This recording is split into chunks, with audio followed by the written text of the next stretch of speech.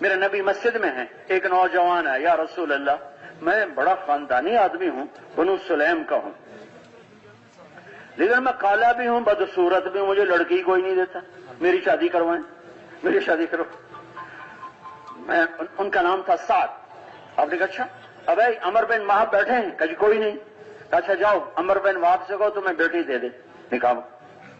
عمر بن وہاب ثقفی، خوبصورت، مالدار، یہ اٹھے اور دروازے پہ دستک دے کر عجب رسول اللہ، اللہ کے رسول کا قاصد آیا ہے، باہر آؤ۔ کہ لبیک لرسول اللہ، میں حاضر اللہ کے نبی کے قاصد کے لیے۔ آگے دیکھا تو استاد سلمی۔ کہ کیوں، کس لیے ہے؟ کہ اللہ کے نبی نے فرمایا کہ اپنی بیٹی میرے نکاح میں دے دو۔ کہ جا تجھے دوں گا، غریب فقیر۔ وہ تو اسی قدموں واپس آ گیا۔ بیٹی نے پیچھے سن لیا باپ اور سعد کا مکالمہ۔ بیٹی نے کہا یا ابتا النجات قبل ان یفلحک الوحی، ابا جان تو نے میرے نبی کی بات کو ٹھکرایا ہے، جاؤ جا کے ہاں کر دو، کہیں ہمیں تباہی نہ دیکھنی پڑے۔ میری خاطر کیا ہے نا، میری خاطر کیا ہے نا کہ میری بیٹی گزارا کیسے کرے گی، میرے نبی کا پیغام ہے، میں گزارا کروں گی، جاؤ ہاں کرو اور میرا نکاح کرو اس کے ساتھ۔ یہ مجلس میں آئے، پیچھے پیچھے عمر بن وہاب بھی آ گئے، تو آپ نے ان دیکھ کر کہا عمر آپ نے ہماری بات ہی ٹھکرا دی۔ کہ نہیں یا رسول اللہ نہیں ٹھکرائی، میں حاضر ہوں، آپ میری بیٹی کا نکاح پڑھیں۔ آپ نے نکاح پڑھا، 400 درہم آپ کی ساری بیگمات کا مہر تھا، 400 درہم حضرت فاطمہ کا مہر تھا، 400 درہم صرف ام حبیبہ رضی اللہ تعالیٰ عنہ کا مہر تھا 400 دینار، کئی لاکھ روپیہ بنتا ہے، 70-80 لاکھ روپیہ بنتا ہے، لیکن وہ نجاشی نے مہر دیا تھا اپنی شان کے مطابق، تو اس لیے آپ نے اس پر کچھ نہیں فرمایا، تو اس کا مطلب ہے کہ مہر کم زیادہ رکھنا کوئی شریعت کے خلاف کوئی نہیں ہے۔ تو 400 درہم جب مہر ہو گیا، آپ نے کہا سعد چل اپنی بیوی کو لے جا۔ کہ یا رسول اللہ پیسے کتنے لے ہم، مہر وہاں تو نقد مہر چلتا ہے، عند طلب تو ہمارے ہاں لکھا ہوتا ہے عند طلب، ہمیں ساری زندگی نہ دے میں۔ تو آپ نے کہا تم جاؤ عبد الرحمن کے پاس اور ثابت بن قیس بن شماس کے پاس اور علی بن ابی طالب کے پاس، ان تینوں سے کہو تمہارے مہر کا انتظام کریں۔ تو دوڑے دوڑے تینوں کے پاس گئے، ان تینوں نے مل ملا کے 400 سے زیادہ کا سامان 400 سے زیادہ کر دیا، تو بڑے خوش ہوئے، کہنے کے لئے بھائی 400 تو دوں گا مہر میں، اور باقی میں کوئی اپنا شادی کا کوئی آٹا دال خریدوں، کوئی زیور کپڑا خریدوں اپنی بیگم کے لیے۔ تو خوشی خوشی وہ بازار میں انٹر ہوئے۔ یہ وہ دور ہے جب گاہے گاہے مدینے پر بدو حملے کرتے رہتے تھے، کبھی اونٹ لوٹ لیے، کبھی جانور لوٹ لیے، کبھی مکان لوٹ لیے، 2-4 چرواہے قتل کر دیے، یہ وہ زمانہ تھا۔ تو احد کی جانب کافر بدو نے اٹیک کر دیا، تو مدینے میں مسجد میں خبر پہنچے یا رسول اللہ اٹیک ہو گیا، تو آپ نے کہا اعلان کرو، تو اس اعلان ہوتا تھا یا خیل اللہ ارکبی، اے اللہ کے سوارو نکلو، اے اللہ کے سوارو نکلو، تو پھر کوئی پیچھے نہیں ہٹتا تھا۔ یہ سعد بازار میں داخل ہوئے، بازار میں داخل ہوتے وقت یہ نوجوان ہے، اس کو خوبصورت لڑکی مل چکی ہے نکاح میں، مالدار لڑکی ہے، اس کے تصورات کو میں لفظ کہاں سے لاؤں، یا میں وہ جذبے کہاں سے لاؤں، یا وہ احساسات کو الفاظ کا جامع کیسے پہناؤں، جن جذبوں کے ساتھ، جن احساسات کے ساتھ سعد بازار میں جا رہے تھے، یہ خریدوں گا، یہ خریدوں گا، یہ کہوں گا، وہ کہوں گا، ایسے لے جاؤں گا، ایسے لے جاؤں گا، اور کان میں آواز پڑی ہے اللہ کے سوارو۔ سعد کے قدم رکے، فنظر نظرۃ فی السماء، اور یوں آسمان پہ ایک نظر ڈالی اور کہا اللہم الہ السماوات والارض، اے زمین آسمان کے اللہ، و الہ محمد صلی اللہ علیہ وسلم، اور اے محمد مصطفیٰ صلی اللہ علیہ وسلم کے اللہ، لأجعلن هذه الدراهم فيما يحب الله ورسوله والمؤمن۔ اب یہ پیسہ سعد کی شادی پہ نہیں لگے گا، اب یہ وہاں لگے گا جہاں تو بھی خوش ہوگا، تیرا نبی بھی خوش ہوگا، ایمان والے بھی خوش ہوں گے۔ انہی پیسوں سے گھوڑا، تلوار، ڈھال خرید، چھلانگ لگائی اور ہوا ہو گئے، اور چہرہ یوں چھپا لیا، نقاب کر لیا۔ کیوں؟ اللہ جانے، شاید اس لیے کہ پہچانا نہ جاؤں اور کوئی واپس نہ کر دے، تجھے تو شادی کے لیے بھیجا تھا۔ اور آ کر جو پیچھے سے حملہ آور ہوئے اور گھوڑے کو اٹھایا اور جوش کے ساتھ صفوں کے اندر گھس گئے. اندر گھسے تو گھوڑا زخمی ہو کے گر گیا ان کے وار سے. تو یہ نیچے گرے, اٹھتے ایسے آستینے چڑھا, کیوں کیا؟ تلوار پکڑی.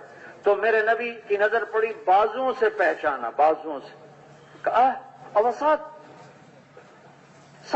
تو یہاں کیا کر رہا ہے؟ تجھے کہاں بھیجا؟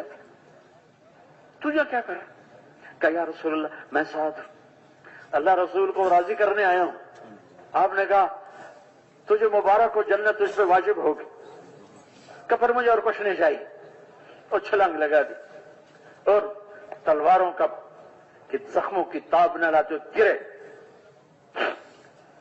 تو اتنے میں بدوؤں کے گلے اکھڑ گئے اور آواز لگی اسی بساط. سارے صحابہ ابھی تو نکاح کی مجلس میں بیٹھے تھے اور ابھی اس کا تڑپتا لاشا دیکھ رہے تھے.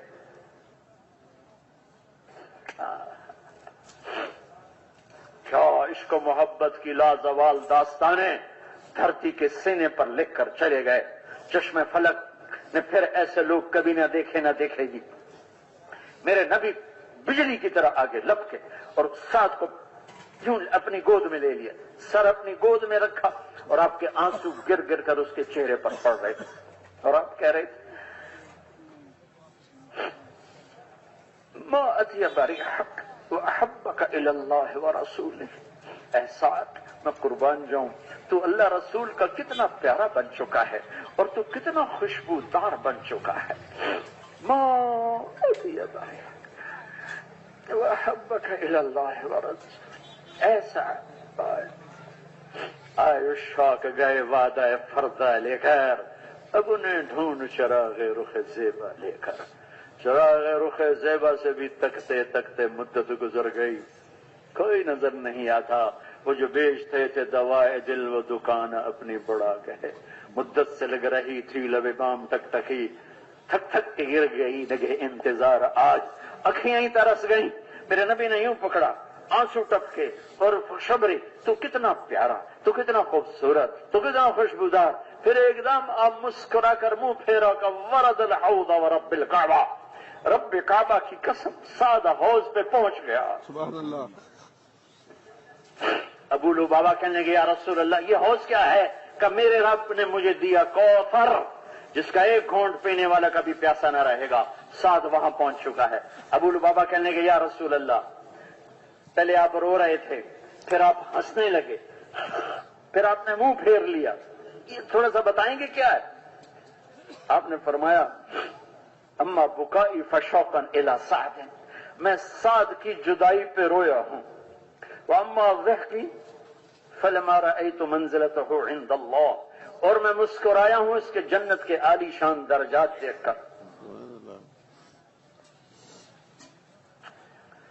ہائے ہائے ہائے ہائے, کیا اللہ رسول سے یاری لگائی کہ اتنے بڑے جذبے قربان کر دیے. کبھی ہم بھی تم میں بھی چاہت تھی, کبھی ہم بھی تم میں بھی راہ تھی, کبھی ہم بھی تم بھی تھے آشنا, تمہیں یاد ہو کہ نہ یاد ہو. کہ یا رسول اللہ پھر آپ ہنسے کیوں؟ کہ اس کے درجے دیکھ کر. آپ روئے کیوں؟ کہ اس کی جدائی پر. آپ نے منہ کیوں پھیرا؟ آپ نے منہ کیوں پھیرا؟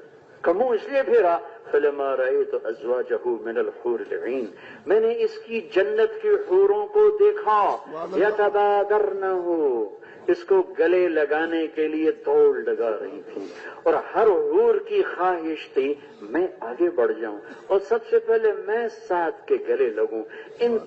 اس تیز دوڑنے کی وجہ سے کاشفات سوقہن, ان کی پنڈلیوں سے کپڑا ہٹ گیا ہے اور ان کی مرمری پنڈلیاں مجھے نظر آ رہی تھیں.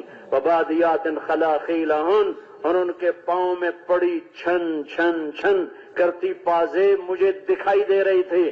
تو میں نے شرم سے منہ پھیر لیا اور جاؤ سعد کی منکوہا سے کہہ دو کہ سعد کے رب نے تجھ سے زیادہ حسین بیویوں کو اسے مالک بنا دیا. یہ مٹی سے بنی, وہ مشک عنبر زعفران کافور سے بنی. وہ سورج کو انگلی دکھائے سورج بے نور ہو جائے, وہ مردوں سے بات کرے وہ اٹھ کے زندہ ہو کے کھڑے ہو جائیں, وہ اندھیروں میں کلائی ظاہر کرے اندھیرے روشنیوں میں تبدیل ہو جائیں، وہ سمندر میں تھوک ڈالے، ساتوں سمندر شہد کی طرح میٹھے ہو جائیں، وہ ایک قدم چل کے خامند کی طرف آئے تو 1,00,000 ناز و انداز دکھائے۔ یہ حسین بیویاں ساتھ کو اللہ نے دے دی، ایک نظر ڈالے اس رب کی قسم جس نے یہاں بٹھایا ہے، 40 سال ایسے دیکھتا رہے گا، نظر یوں نہیں کر سکے گا، 40 برس صرف دیکھنے کے مزے میں گم ہو جائے گا۔ ایسی پاکیزہ بیویاں اللہ نے اپنے بندوں کے لیے تیار کر کے رکھی۔